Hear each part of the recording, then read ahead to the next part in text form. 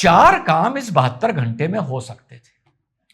पहला, यदि तुमने उसको मानसिक रोगी मान ही लिया था, शासन प्रशासन की, उससे बात करने कोई साइकोलॉजिस्ट गया, उससे बात करने कोई डॉक्टर गया। पुलिस कह रही है पहले उसने हम पर गोली चलाई। अरे पहले चलाई तो तब मार देते ना गोली। बड़ा घटिया तरीका अपनाया जबरदस्ती योगी बनने के लिए।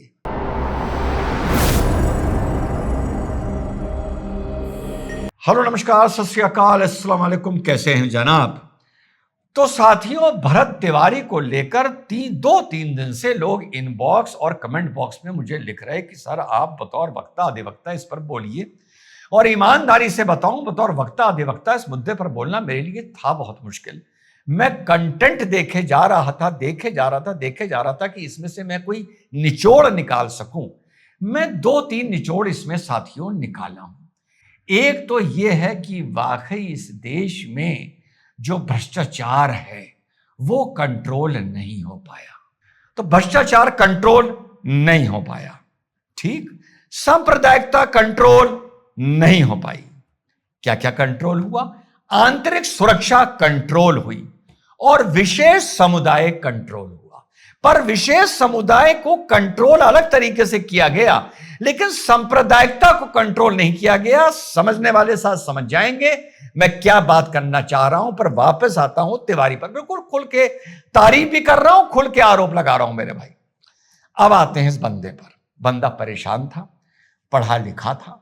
जितना भी मैंने उसकी बॉडी लैंग्वेज देखी, उसके अंदर एक आग थी, सुनामी थी, परेशानी की सुनामी थी, चिढ़ की सुनामी थी। मौजूदा हालात से सुनते हैं गांव में पानी भर जाता था, शिकायतें करता था, लोगों को भी रिप्रेजेंट करता था, अलग अलग तरह से पदयात्राओं पे जाता था।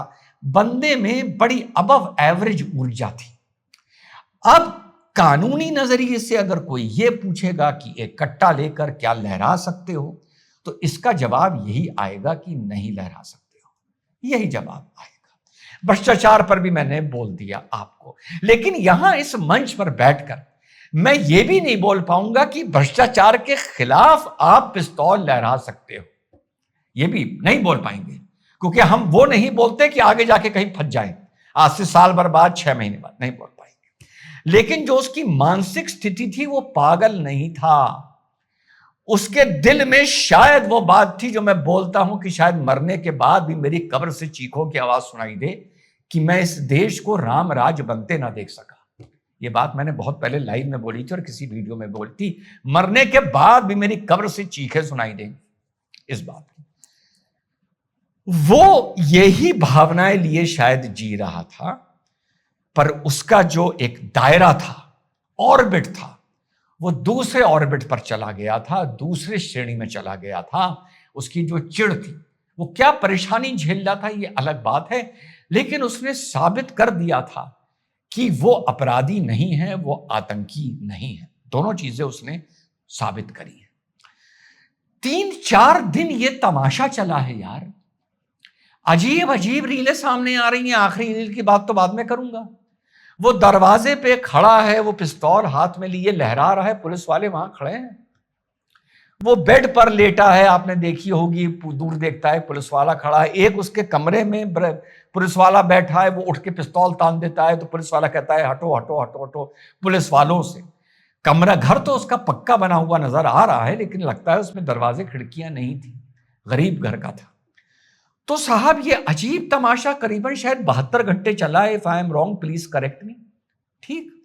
और ये भी आए कि दूर पुलिस खड़ी है तो उसने एक फायर किया कि आओ मैं भगत सिंह हूं, ये हूं, अपनी मैं कुर्बानी दूंगा, बदलाव आएगा, वगैरह वगैरह। ये सारी चीजें हम लोगों को देखने को मिली। 4 काम इस 72 घंटे में हो सकते थे। पहला, यदि तुमने उसको मानसिक रोगी मान ही लिया था, शासन प्रशासन की, उससे बात करने कोई साइकोलॉजिस्ट गया, उससे बात करने कोई डॉक्टर गया, या उससे बात करने, मैंने नहीं देखा, अगर ऐसा है तो I will correct my self, कोई डीएम, एसडीएम, कोई पढ़ा लिखा अधिकारी जो उसकी समस्या को समझ सकता था और उसका समाधान निकाल सकता था, वो ये करने के लिए गया? नहीं गया। मैं ये मानता हूं कि ऐसी सिचुएशन नहीं थी कि समाधान निकालने के बाद भी उसको आप कह सकते थे कि तुम फ्री हो गए। नहीं, अगर आपने कट्टा ऑनलाइन लेके लहरा दिया तो आप कानूनी तौर से फ्री नहीं हो सकते। अब इसमें आर्गुमेंट एक ये आएगा कि बिहार में इतने घूम रहे हैं, अगर हिम्मत है तो उनका इनकाउंटर करके दिखाओ, ये भी आर्गुमेंट है। That is why I said कि it was a very difficult video as a वक्ता एंड एज अ अधिवक्ता। कुछ बोलो तो खुद ही उसमें उलझते जाते हो। तो खैर, उससे कोई इसको बात करने गया, समझाने गया नहीं गया। क्या पुलिस ने उससे पिस्तौल छीनने की कोशिश की? ये शुरू के 3 दिन की बात कर रहा हूं, जब वो बिल्कुल रेंज में था। नहीं। क्या पुलिस ने टांग में गोली मारने की कोशिश करी? आंसर है नहीं। पुलिस एक अजीब सा तमाशा करती रही 72 घंटे। 72 घंटे शायद ये तमाशा चला है, क्योंकि कुछ रात के सीन आ रहे हैं, कुछ दिन के सीन आ रहे हैं, जितना मैंने पढ़ा है। 72 नहीं चला होगा तो 48 घंटे चला होगा। और वो पूरी चीजें अपलोड हो रही हैं। उसके बाद वो बाहर उतर आता है, और उसके बाद भी पुलिस कम से कम 40 मीटर पर, 30 मीटर पर दूर घेरा डाल के खड़ी है, और गांव की भीड़ है वहां पर। उसके बाद वो बात कर कर ये बोलता है, मैं आतंकी नहीं हूं, मैं देशद्रोही नहीं हूं, मैं मजबूरी में काम कर रहा हूं। फिर से बता दूं, अगर बोला है बतौर अधिवक्ता, तो मजबूरी में भी अगर आप कट्टा उठाएंगे तो यस, आर्म एक्ट के तहत, पुलिस को डराने धमकाने के तहत आप पर मुकदमा होगा और आप कुछ दिन के लिए जेल जाएंगे। No doubt about it, no doubt about it. लेकिन उसके बाद वो पिस्तौल फेंक देता है। उसके बाद खबर आती है, टांग पर पहले गोली मारी, फिर वहां गोली मारी। पुलिस कह रही है पहले उसने हम पर गोली चलाई। अरे पहले चलाई तो तब मार देते ना गोली। अरे पहले चलाई तो गोली मार देते। अरे पैर में मार देते, बड़ी कॉमन चीज है, हैं? अरे अगर तुमको लग रहा था पागल है, तो किसी मनोवैज्ञानिक को, किसी डॉक्टर को, किसी साइकोलॉजिस्ट को, साइकेट्रिस्ट को लेकर चले जाते, वो जैसा भी होता है। उसके किसी गांव के किसी बड़े बड़े बुजुर्गों के लेके चले जाते। उसकी माँ तो अजीब अजीब सीन है, वो बेड पर लेटा है, पास में दरोगा बैठा है, माँ उसे समझा रही है, और फिर वो खड़ा हो रहा है, और दरोगा साहब खड़े हुए हैं दरवाजे पे पिस्तौल। क्या किया है 48 घंटे बिहार की पुलिस ने? और फिर उसके गोली मार दी। यानी बड़ा बड़ा घटिया तरीका अपनाया जबरदस्ती योगी बनने के लिए। इसका भी एक प्रोसेस है, धीरे धीरे बनो। तुमने तो जल्दीबाजी कर दी योगी जी को देखकर यार, हैं? सम्राट को संबोधित कर रहा हूं। हाँ, अब किसी ने मुझसे पूछा कि साहब क्या ये इसके पीछे कोई और होता? तो हाँ, हमने इस देश में कुख्यात आतंकियों को हथियार डालते हुए देखा है, और पुलिस को उनका आत्मसमर्पण लेते हुए देखा है। कुख्यात नक्सलवादियों को हथियार डालते हुए देखा है, और पुलिस को फोटो अपॉर्चुनिटी करते हुए देखा है, उनको बड़ा हीरो बनाता हुआ देखा है। तो ऐसा क्या था और क्यों था? मेरे हिसाब से ये पूरी कहानी एक जगह जाके जुड़ती है कि सम्राट चौधरी को ये लगा कि एक सख्त शासन प्रशासन दिखाने के लिए जब से मैंने शपथ ली है, देखो इनकाउंटर ऊपर की इच्छा के बगैर नहीं हो सकता। अब मैं सम्राट चौधरी का नाम ले रहा हूं, मैं डायरेक्टली ये भी नहीं कह सकता कि सम्राट चौधरी ने इनकाउंटर का आदेश दिया, पर जो लब्बो लबाब मुझे नजर आ रहा है कि जल्दीबाजी में एक मौका मिला है ये दिखाने के लिए कि अब कानून व्यवस्था ये राज्य की बदल चुकी है, भैया ठोक दो। पहला। दूसरा बता दूं कि ये कुछ अगर विशेष जातियों का होता, देखिए मारे तो सब जाते हैं, लेकिन एक होता है बिल्कुल ऑन कैमरा मारना, और वो भी सरकार मार रही है, शासन प्रशासन मार रहा है। मुझे लगता है कि बड़ी जिम्मेदारी से बात बोल रहा हूं, मैं किसी को टारगेट नहीं कर रहा, अगर ये तो इतना तो बता सकता हूं कि इस तरह खुला ना मारा जाता।